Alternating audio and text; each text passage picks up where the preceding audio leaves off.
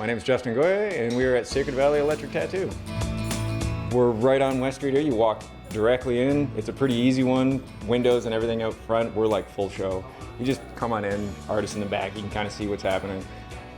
Pop in, see if you can get a walk-in. If not, if you got something that you want to do, we can book an appointment for you later on. And yeah, the idea is just to have flow coming in, have a nice vibe.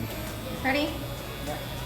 So Joe walked in probably about a month ago and told me a little about this tattoo and why he wanted it. So we scheduled it for today, which also happens to apparently be, I've just been informed, Moth Week. So that's pretty cool because we're doing moth. We're trying to do kind of like a street shop thing, which doesn't really exist here. I think just because there's such high demand and not that many artists that all do the same thing. So any style that anybody wants, there's only like one person on this end of the island for it. So everybody's booked out really far. So we're trying to keep a lot of stuff open for walk-ins. This isn't your typical type of tattoo shop for Newfoundland, but we have the style of artist that can handle this type of workflow. And it's convenient being right on West Street. We're a tourist area.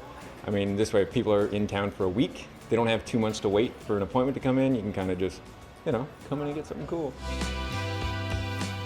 Like sometimes people's flash appeal to other people, right? Like if you have a particular artist, but they don't do, let's say, like a neo-trad tat, and we have artists here that are like really specialized in neo-trad. So I mean, it's cool to have a walk-in shop because you can just get a one-off if you want, or if you see something you like, or even if we post it online, you can literally like come on in, see if you can get that tattoo that day. Really good. So before in other shops that we were mostly booked out in, we would offer like flash days. And now basically every day is a flash day. Like there were times when it would be lined up like 2 hours before we opened to do flash days. So we knew that there was going to be a market for it. You can do tourists all day, but during the wintertime, it's not the same. But you figure you got about 21,000 people in Corner Brook itself, 28 in the area and stuff like that. Like, that's a large area to service especially for a walk-in shop.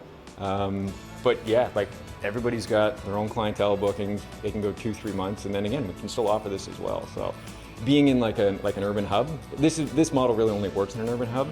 This is more designed for like Toronto, Montreal, like these bigger spots and that, right? But I mean, one of a kind here, so it's working. Yeah, that's amazing.